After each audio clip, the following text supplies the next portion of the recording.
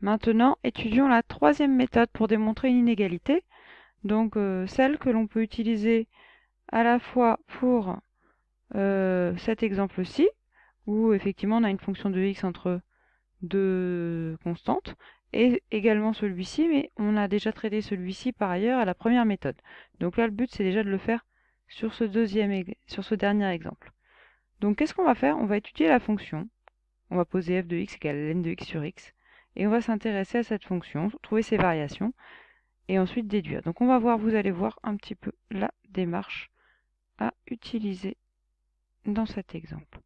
Donc on pose f de x égale ln de x sur x, et on va vouloir ces variations. Donc déjà l'ensemble de définitions. Je pourrais prendre 3,10, mais moi j'ai envie de prendre le maximum. Donc le logarithme, son ensemble de définitions c'est 0 plus l'infini. Et comme le x il est en bas, eh ben on doit exclure 0. C'est r privé de 0 a priori, si je veux diviser par x.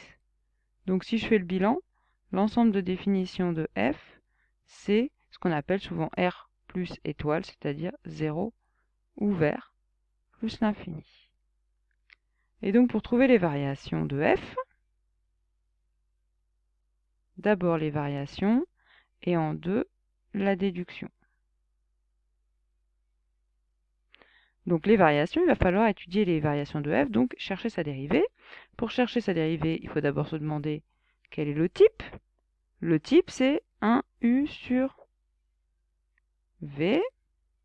Donc u sur v', c'est u' fois v moins u fois v' sur v au carré. Ici, le u vaut ln de x. Le v vaut x. Le u', on écrit tout sur sa copie, j'insiste, même si on est fort, même si on est très très fort. On écrit tout sur sa copie. Et donc le f' de x, ce sera u' 1 sur x fois v x moins u ln de x fois 1 sur v au carré, c'est-à-dire x au carré. On simplifie, ce que je vous ai fait travailler en algèbre. 1 sur x fois x, c'est x sur x, donc ça fait 1. ln de x fois 1, ça fait ln de x sur x carré. Donc ça, c'est f'. Donc bien sûr, pour x là-dedans. Une fois qu'on a f', bah, comme vous le savez, ce qu'il faut, c'est trouver son signe. Donc pour trouver le signe de f', numérateur, dénominateur. Donc le signe de x carré, je pense que c'est le plus simple. Ça, c'est du cours. Et par ailleurs, il faut faire le signe de ln de x 1 moins ln de x. Alors là, c'est plus compliqué. Pourquoi? Parce qu'il y a ln de x, mais il n'est pas tout seul, il y a un 1 avec. Mais il n'y a pas d'autre x quand même, donc ça va. Donc la méthode, vu que c'est pas du type ax plus b, c'est pas du type ax carré plus bx plus c, on ne peut pas le factoriser, ça va être de résoudre une inéquation. Généralement, on résout 1 moins ln de x supérieur ou égal à 0. C'est une inéquation que vous allez assez souvent retrouver. Donc ça vaut le coup de savoir la résoudre, hein. Donc pour résoudre, on doit isoler le ln de x. Pour isoler le ln de x, l'objectif, c'est de se débarrasser de tout ce qui le gêne. Donc d'abord, toujours addition, soustraction, puis éventuellement division et multiplication. Ici, comme on voit qu'il y a un moins devant le ln de x, la méthode la plus astucieuse consiste à laisser le 1 à gauche et à se débarrasser du ln de x en ajoutant ln de x. Ici, on a une somme. D'accord? C'est une différence, mais ça s'appelle une somme. Et donc, ici, le plus efficace comme démarche, ça consiste à ajouter ln de x aux deux membres de notre inégalité. Et quand on ajoute la même chose aux deux membres, ça ne change absolument pas le sens. On se retrouve avec 1 à gauche et puis ln de x à droite. Donc si je veux x, vu que j'ai ln de x tout seul, l'exponentielle peut intervenir, et donc elle va intervenir en tant que fonction. C'est l'exponentielle qui va en quelque sorte manger le logarithme. Vous savez, on a dit l'exponentielle, elle attaque le logarithme, et quand le logarithme est tout seul, l'exponentielle n'a pas peur d'attaquer, alors que lorsque le logarithme est avec du monde, eh ben, l'exponentielle, aussi forte qu'elle soit, elle reste cachée et elle attend. Donc exp, et on va faire passer à l'intérieur de la fonction exponentielle. Ça ne pose jamais problème. Et l'argument quand on passe à travers une fonction, c'est de dire que la fonction exponentielle est strictement pas positive. Non merci, c'est vrai qu'elle est positive, mais on s'en fiche. Elle est strictement, on écrit en français en entier, hein, sur R. Donc, puisqu'elle est strictement croissante sur R, ça ne va pas changer l'ordre. Donc, je vais avoir exponentielle à gauche, exponentielle à droite, un plus grand qui va rester plus grand. Et donc, ce qui est à l'intérieur de l'exponentielle, c'est à gauche le 1 et à droite le ln de x. Exponentielle de 1, ça vaut e, et exponentielle de ln de x, ça vaut exactement x par définition. C'est les deux amis. Donc là, on a résolu une équation. Et si on fait le bilan,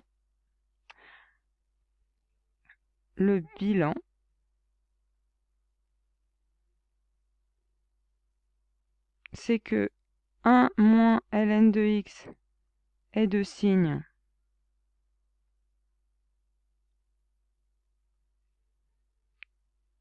plus, si et seulement si, ce qui est écrit là, c'est-à-dire x est supérieur à e. D'ailleurs ici,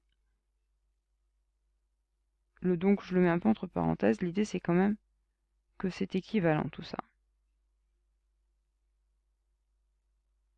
Voilà, donc on obtient finalement le signe, et on peut faire notre tableau de signes que je vais faire à gauche ici.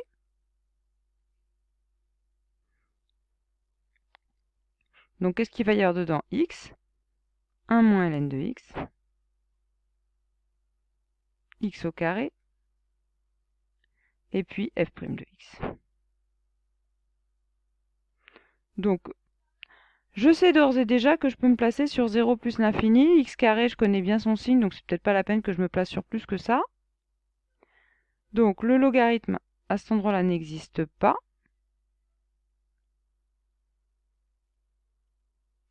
Le f' n'existera pas davantage. Et le x carré, si on le souhaite, on peut mettre que ça fait 0. C'est quand même bien de le savoir. Ensuite, on va donc mettre un plus ici pour le x carré. Ça, c'est pas un problème.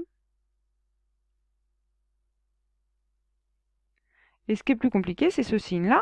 Donc, on vient de déterminer que la valeur charnière, la valeur où ça change, c'est petit e. Donc, ça va faire 0. Et quand est-ce que ça va être plus? Ça va être positif quand x est inférieur à e. Donc, ça va être plus ici. Et moins ici. Donc, en conclusion, je vais avoir 0 là. Plus, moins. Ce qui va nous donner les variations de f. Qui, elle aussi, n'est pas définie ici. Donc, f va être croissante, puis décroissante. Alors ça, on avait dit, c'était la première étape. Les variations, on a terminé. Maintenant, on passe aux déductions. On voulait démontrer ceci pour x entre 3 et 10. Donc là, maintenant, il va falloir qu'on place 3 et 10 dans le tableau, et puis qu'on interprète. Donc, je vais placer 3 et 10. E, c'est à peu près 2,7. À peu près, attention. Donc 3 et 10, 3 ça se trouve ici, et 10 ça se trouve ici. Donc on est par là. Donc en fait, l'idée, la fonction, elle est comment? Elle est décroissante. Si je prends un x entre 3 et 10, l'image de 3 sera plus grande que l'image de 10. Donc c'est ça qu'il va falloir raconter. Donc je pars de 3 plus petit que x plus petit que 10. Et si j'applique la fonction f, je vais en passant à l'intérieur, c'est exactement comme pour le logarithme, hein. Tout passe à l'intérieur, ça me donne f de 3, ça me donne f de x, ça me donne f de 10. Et pour savoir si j'écris plus petit ou plus grand, ce sont les variations. Donc là, vu qu'elle est décroissante, ça va changer d'ordre. Donc c'est là qu'il faut être rigoureux. On doit absolument écrire or f est strictement décroissante sur e plus l'infini. Donc, hop, hop, c'est un x ici. Voilà. Et ensuite, il faut qu'on trouve f de 3 et f de 10. Alors, f de 3, qu'est-ce que ça fait? Ça fait ln de 3 sur 3.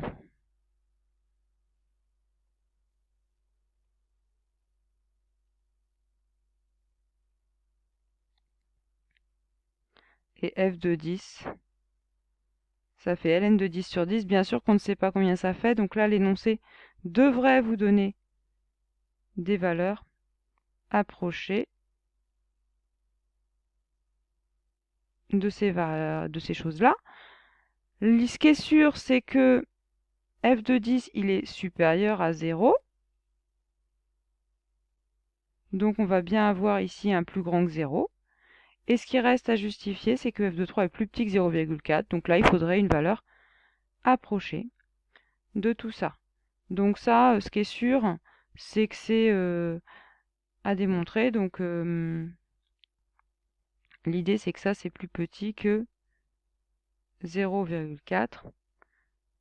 L'énoncé doit donner une valeur approchée. Et donc par transitivité, ce qu'on obtient, c'est que 0,4 est supérieur à f de 3, qui est supérieur à f de x, qui est supérieur à f de 10, qui est plus grand que 0. Donc l'inégalité souhaitée est obtenue en enlevant les maillons intermédiaires, là, ces deux-là.